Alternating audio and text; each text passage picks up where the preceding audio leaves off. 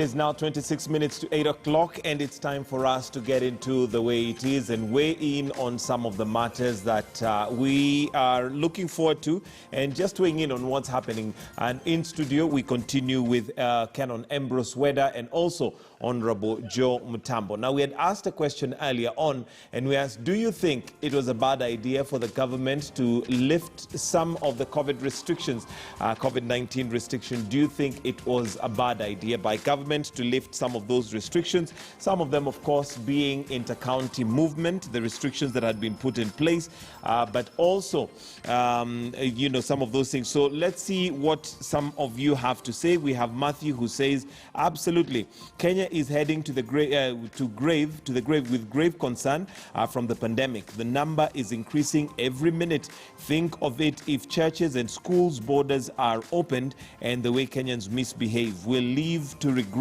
why some measures were lifted. We also have Dagi, who says that President Magufuli has banned wearing of face masks in Tanzania around 2 months ago, and not bad for the economy. But Kenyan government has a lot. This is Kenya. And he says that Rabbit the King was right. I believe he might be referring to that song where King Kaka says, Washenzi nyinyi, wajinga nyinyi, something like that. But anyway, Robert Anika says, no, what is the end game with the restrictions if numbers rise for the next 2 years? So evidently there is quite some divided opinion there. But let me start with you, Canon Weda, on that decision by the president. He definitely was walking a very, very tight rope, because on one hand, you have cases going up and our health services are nothing to write home about. On the other hand, we have an economy that is struggling, and genuinely Kenyans have lost jobs. There are many who possibly are trying to make a living and cannot. So there was that, dangling between the two. Your thoughts on that decision by the president? I think looking at the circumstances, the decision was right. Right in this sense, there are quite a number of people who have lost their livelihood. And they are living in these cities. In Nairobi, they have their families. Some were separated with the families. You have seen a case where a landlord comes and welds you in the house. You have to move, but you can't get out of Nairobi. So this window, to me, I consider it a window where people reorganize themselves. Those who are here, who have been shut, they move back home. If I was stuck today, the first place I would be heading to is Semekombea, where I come from. So that had to be done, not because it was the best option, but because it was very, very compelling. It does not generally make the economy, but it eases the pains of quite a number of. I know some of my relatives have been supporting some of them. All they were asking, how do we get home? Back home? So that opening, remember that the restrictions that we were crying over, it was just that you are stopped from moving from Nairobi to other counties. You are moved from Mombasa. Otherwise, we were working 4 a.m. to 9 a.m., moving freely. So the decision was walking between a rock and a hard place. But I want to tell Kenyans, please don't think it is over until it is over.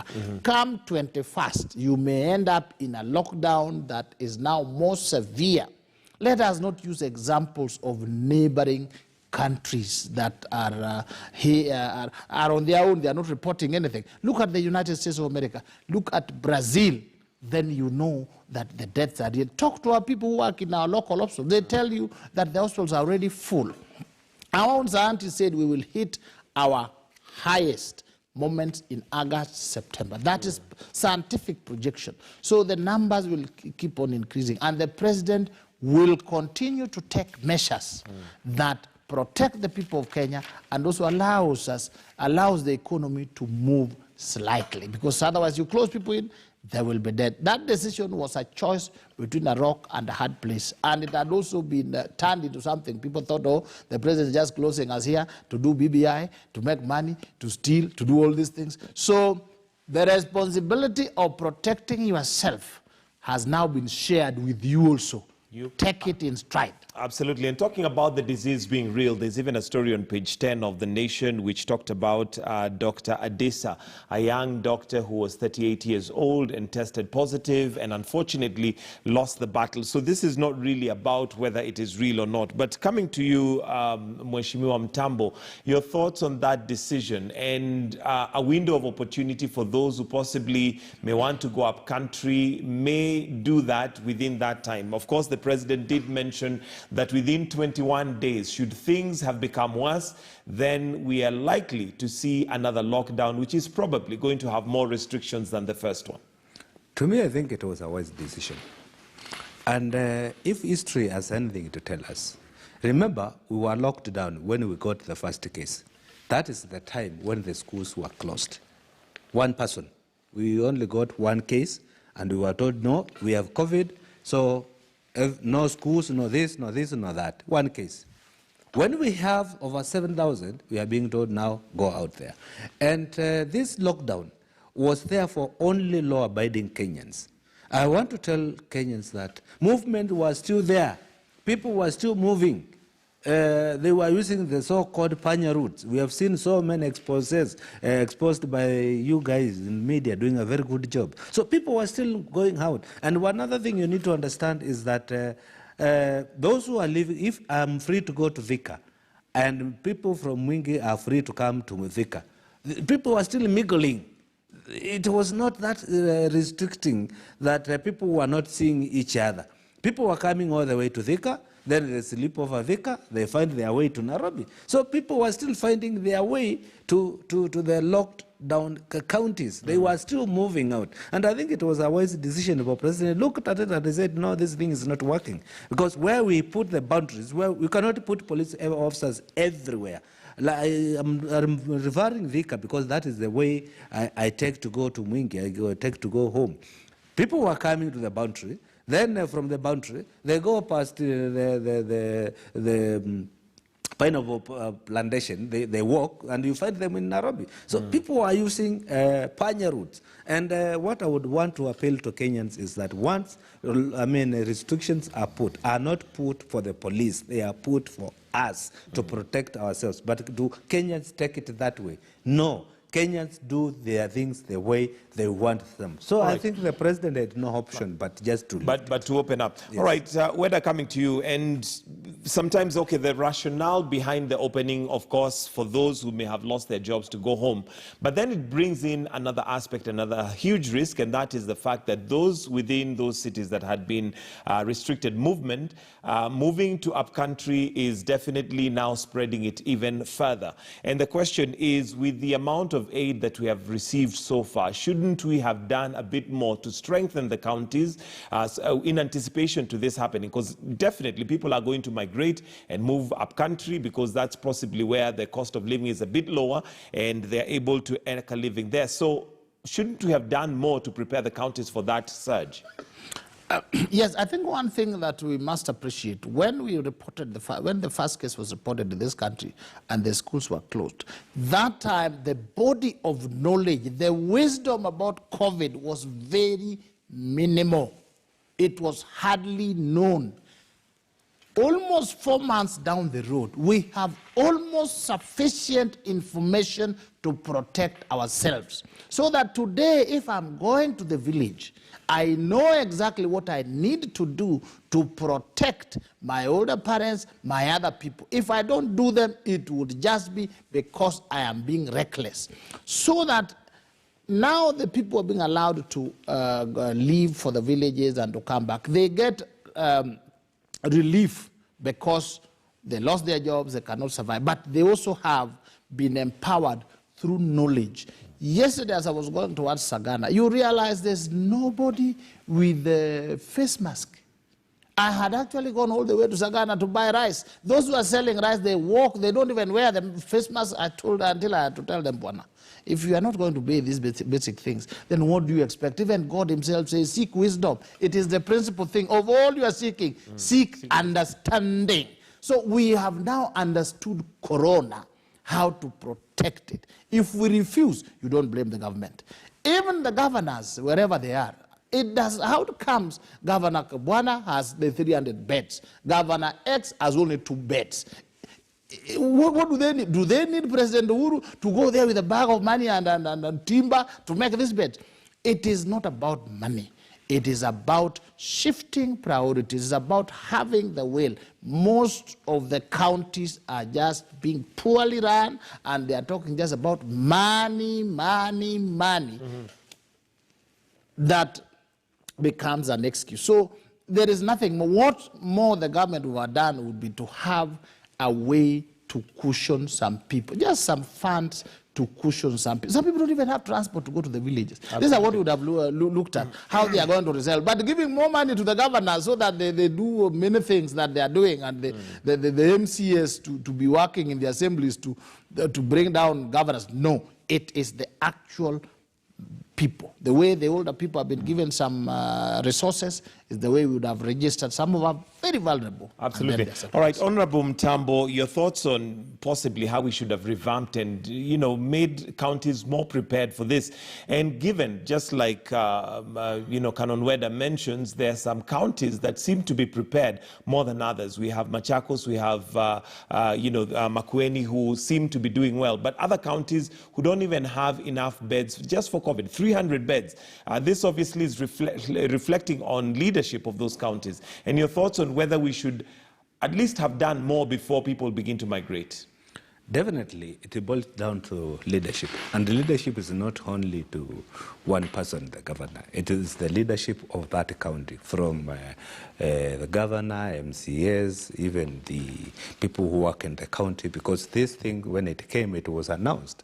And we should have understood that the health sector is devolved. So the counties should have taken that role of precaution, and if they needed to do the beds, they should have done them. But I can tell you that if the leadership is bad, whether with corona or no corona, that county will not succeed in anything. We have several counties in our country, and instead of people working for the electorate, what they do is to fight the governors, fighting the MCAs fighting I don't know who, and you literally see nothing. And I'm taking an example of a county where I come from. Today, I don't know whether the MCAs and the governors will have a sit down and agree on something. They are still fighting who will impeach who when. And that is their priority. Tomorrow, Gilo is in court. Today, the MCAs are in court. And that is not a good thing for leadership or for governance. So the issue is about the leadership in a county. And that is what we are experiencing today. So whether you give them money or you don't give them money, they still have enough money. And the money they are fighting for today, they could have used that money to do the required 300 or 500 beds. Because that is the same question I would pose. How come in this county, in a particular county, we have a governor who has managed to do more beds, even more than what is required, and another has not even done a quarter of what is required? Maybe because they assume we will not get this thing. This disease is everywhere, and it is with everyone.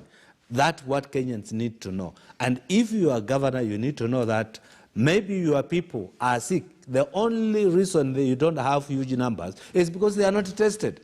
I can tell you. And I like what Trump said. We have high number of cases because we have tested the high numbers of people in the entire world. Let us test all Kenyans. That is the day you will come to realization that this thing is here with us, and so many people are victims. And you cannot say, I have only one case, why should I do 300 beds? You have only one case because you tested only 10. Try to test 1,000. You will see you will have 100. You'll have more. All right. You'll have more. Okay, and whether that being said, maybe the decision is something that we cannot revert and go back to, and majority have said that the president really didn't have much of a choice for that. But what we have a choice for is how we move forward. And looking at the advisory we're getting from the Ministry of Health, questions are now beginning to linger. What's the game plan? What's the ultimate plan? Fine, we are going to have numbers increase. Fine, we have ICU beds which which are packed to capacity right now as we speak. But what is the plan? What is the Ministry of Health? What is the government planning to do to ensure that we are able to manage, at least to some extent, the upsurge that is more than likely going to happen? I think you look at, we are not reinventing the wheel. Look at what happened in China. What did they do? The national government quickly made an hospital, a temporary hospital that could carry thousands. Which we have had time to do, but we have not done. We have not done that. We've talked about a minimum of 300 beds in the counties. Most of them do not have them. So really, it's like we're waiting, like sitting ducks waiting to be shot. Yes. So I thought the national government itself, in their level 5 and in their preparedness and so on, should have also made another 10,000 bed temporary hospital. That they are not doing. It's not just the figures they are giving on TV. That one I think the president should take up. You saw what China did. You have seen what other countries are doing. So that is the way. Other than that, we just sit and wait because we are involved in some quasi-research for medicine and for the vaccine.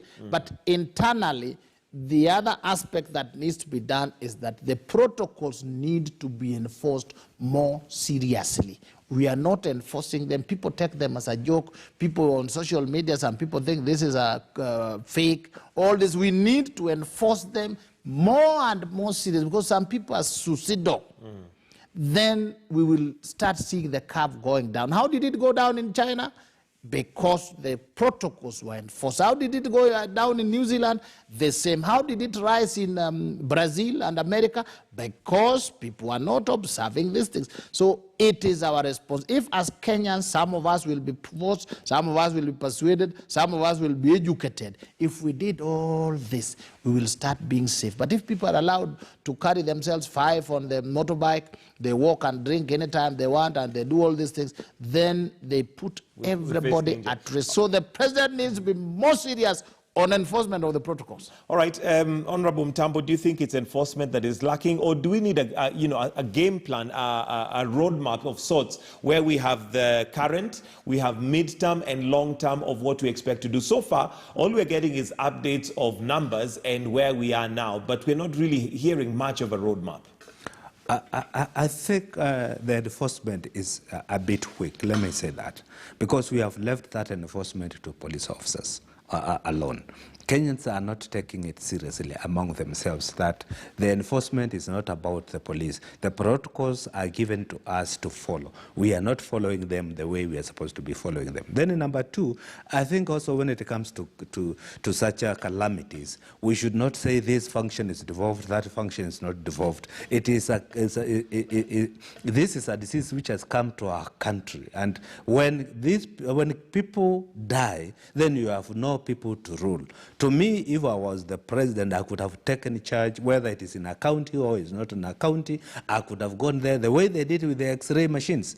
The government went out there and said, no, we are going to import all the X-ray machines. We are going to put them in all the hospitals. And the governors were up there saying, no, give us the money, we buy the machines themselves. I could have gone out and say, in this county, I'm going to build a 300 or 500 bed capacity. I put it in Kitui County, I put one in Murang'a County, I put another one in all 47 counties. That's what we could have done. I saw something happening in the Ministry of Water, and the president came and said, no, I need elevated tanks in every county. I need 10, and they are being done by water agencies. So the same thing could have happened to the Ministry of Health, that all the health facilities, we are going to put 300 bed capacity, whether the governor likes it or not. This is not about whether the law allows or does not allow. The law, whether it allows, no law which allows somebody to die.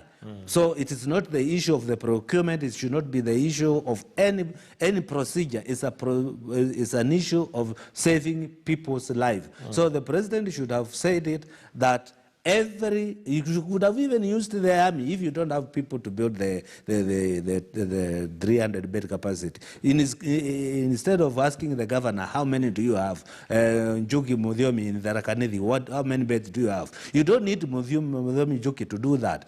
Go there, make sure that, because these are the people you lead, you have 300 bed capacity. With the money now you are talking about that, which is coming from left, right, center. We have shelved all the government expenditure because of this COVID-19. That money should be used to protect the people who are either infected or not infected, and those who will be infected tomorrow. So my position is that the procedures we are using are not right. We are being too lenient to this pandemic, as if it is something which should also follow our laws. It is not going to follow our laws. When this thing comes to you, it will hit you hard. And until someone big dies is when now we'll wake up and say, no, this thing is real. And you'll see people running left, right, and center. Absolutely. To me, we should move with speed and override all the procedures, either the procurement procedure which we have in our country, or the county, whether this service is devolved or not devolved, whether money should be given to a governor or not, or the MCS must approve that budget or not. The president has the powers to say, I am saving my people, and I want all the level 4s and level 5 hospitals with this capacity of bed, and you don't leave it in the hands of the government. Yes, whether you want to. All I just wanted to is that Parliament has actually let us down. By now, they should have enacted a special legislation dealing with handling of COVID that mandated certain instances when you suspend the procurement procedures, because that is a bottleneck when we are talking about emergency.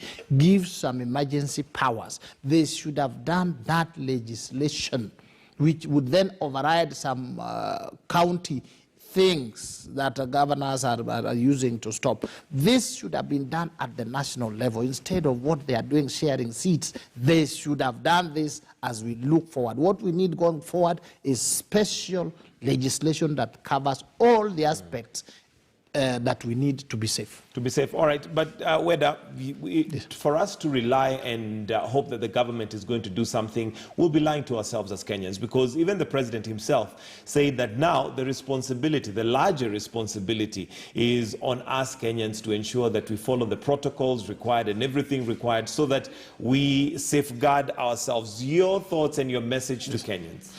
Kenyans, when it comes to observing these protocols, it is in your hands. And please take responsibility. Some of you, some of us, we elected some funny leaders also, so we have to bear the brunt. But the part that we have been given, washing of hands and wearing masks and trying to save, it takes to be safe, that is ours. The president and his team also, we need policies that will continue to protect us, that will continue to ensure that we are advancing in a positive manner. Not just the figures being narrated by the minister or the CAS. We want to know, yes, these are the figures. We also want to know there are this number of beds in Nairobi, there are this number of beds in Kitui, there are this number of beds in this. We have the following personnel down. And we want the army to come out and get land in Suswa and put a 5,000-bed temporary hospital for this as we move on. And one of the things, of course, we've looked at is travel restrictions being lifted from county to county, one of them being from Nairobi to Mombasa. So today we have the first SGR train taking off from Nairobi, and we are now going to cross over to Syokimau, where we are joined by Malika Kazia, just to give us an update of what it looks like now. One of the things, Malika, that had been predicted is mass exodus from Nairobi to other counties. Is that the case on the ground? And maybe just to bring us up to speed with what it's like in Syokimau.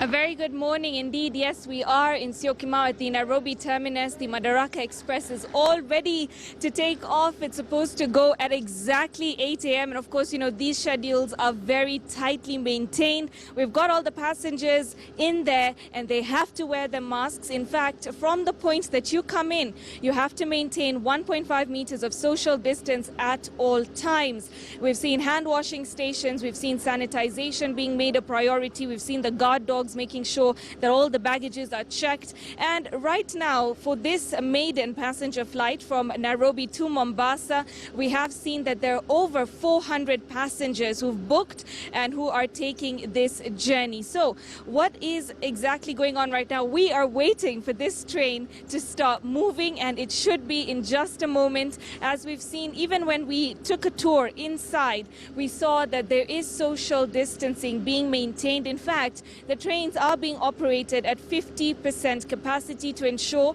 there is a seat between each person. There's no congestion, there's no lack of space. And here we go. I believe that it's just about to start moving, so I'm going to request my camera person to actually pan and show you what's going on. You can see passengers seated through the windows as well.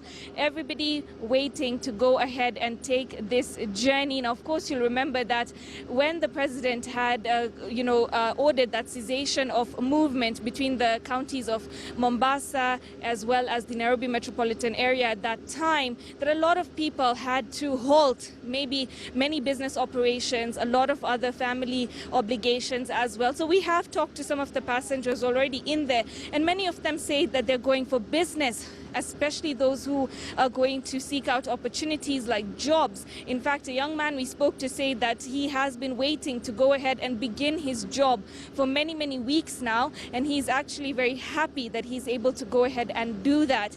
Online work can be, to some point restrictive for people like him, who he said is an interior designer. And so a lot of optimism around the fact that they're able to move now. And of course, there's also been somewhat anticipation of better economic times ahead from the people we've spoken to. They say that, yes, we have started now, but we hope to see better days. Our businesses pick up and things, go a bit more smoother as the days go by, even though a few of the restrictions, as we've seen, have been eased. But there's a long way to go, many of them have said. And so, yes, like I said, we're here at the Nairobi terminus, the Madaraka Express, with its passenger resumption trains right here. And so we are waiting for this train to actually begin to move. And it's supposed to get to Mombasa approximately around 1 p.m. and it's supposed to leave at 8. We're seeing it's exactly 8 now. Well, let's see. We've got the clock right there as well.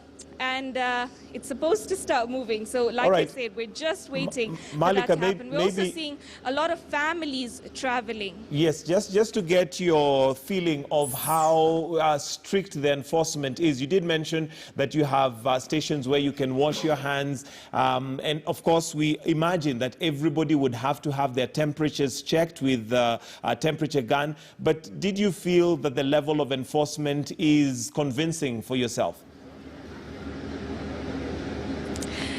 Well, Michael, yes, I actually thought that they're being quite stringent at the moment because even when it comes to the distance in the lining up of passengers, they're being, watched closely. They're being advised to keep on keeping that distance, even through the sound system throughout the train as well as across the station.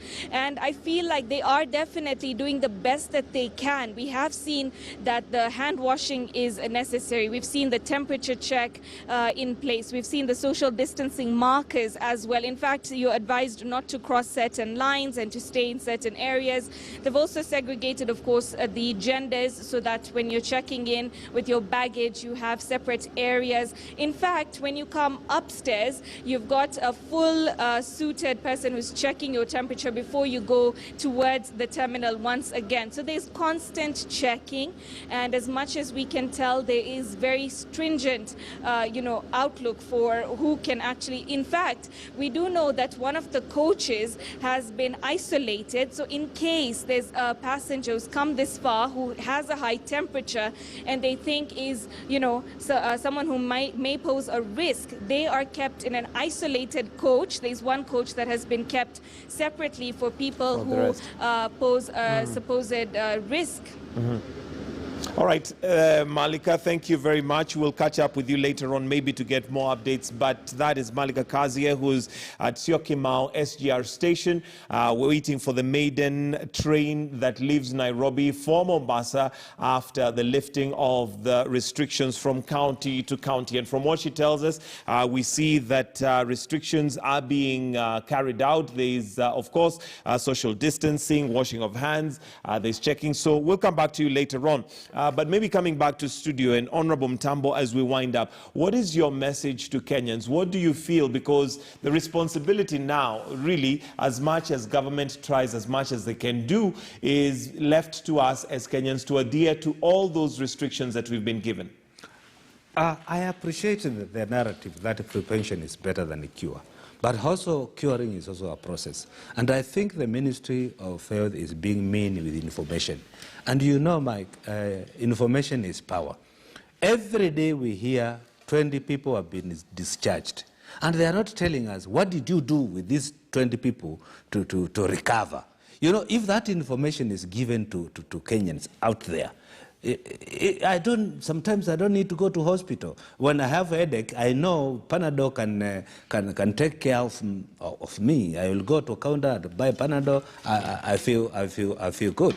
So the information which you are getting is too minimal from the Ministry of Health. Tell us, we had these people recover, and for these people to recover, these are the procedures we administered to them, and we did A, B, C, D. Inform Kenyans, what are you doing to those who have recovered? Not to tell us abroad has recovered. We had Margaret Wajiku went there and she came out. What did you do to Margaret Wajiku so that when I'm sick, I don't need to come to hospital? I'll do what you did to Wajiku, and I will minimize the issue of the beds required. All right. So the information need to be given out there to Kenyans. Information is power. Let us have the information of what are these people being done so that they recover. After that. All right, Ambrose Weda, your closing remarks very briefly, please. Yeah, all I can tell fellow Kenyans, please let us obey these things. Today we have more knowledge, more wisdom than we had in December. Let us obey. I see people trying to greet each other with the elbows, and some people are just, let us stop these things. Let us do our best. You have to protect yourself, and you protect. When you wear a mask, it is not for you. It is for me. When I wear a mask, it is for you. It is also our responsibility. God is on our side. We shall overcome this if we work together with the wisdom so far developed. All right, thank you very much, gentlemen. That's Canon Ambrose Weda and Honorable Joe Mutambo joining us this morning for The Way It Is. And we're going to take a short break. But before that, just letting you know that we're going to have Sports Chat coming up. And Robin Toskin, I can see you're up and ready to give us information on, what's happening in the sports world. Just very briefly, what do you have in store for us? Riverside Drive here at the Musalia Mudavadi Center, and we'll be talking. Right, apologies, to the we Amani may National not. Congress We'll need to sort out the sound. We'll need to sort out the sound. To talk about today, and FC Leopards fans will be waiting to hear from one of their leaders what he has to say about the club. All right, and Robin Toskin is lining up to talk to us briefly, but also we have the train now just about to leave Syokimau. Remember, we had Malika Kazia update us on the status of that particular maiden train trip from Nairobi to Mombasa, which is going with 50% capacity. Of course, maintaining social distancing being one of the key things we have been advised by the World Health Organization and the Ministry of Health to ensure that we flatten the curve. But she has also mentioned it is also in strict adherence to other protocols that have been advised by the Ministry of Health so that we ensure that we do not have an increase. So we have the train there that is just about to leave. And of course, we're going to be giving you more updates as we receive them as to how that is going to be channeled. Of course, one of the questions and worries and concerns for Kenyans is this being the maiden trip, it may have all the restrictions followed through to the letter. But will that be maintained?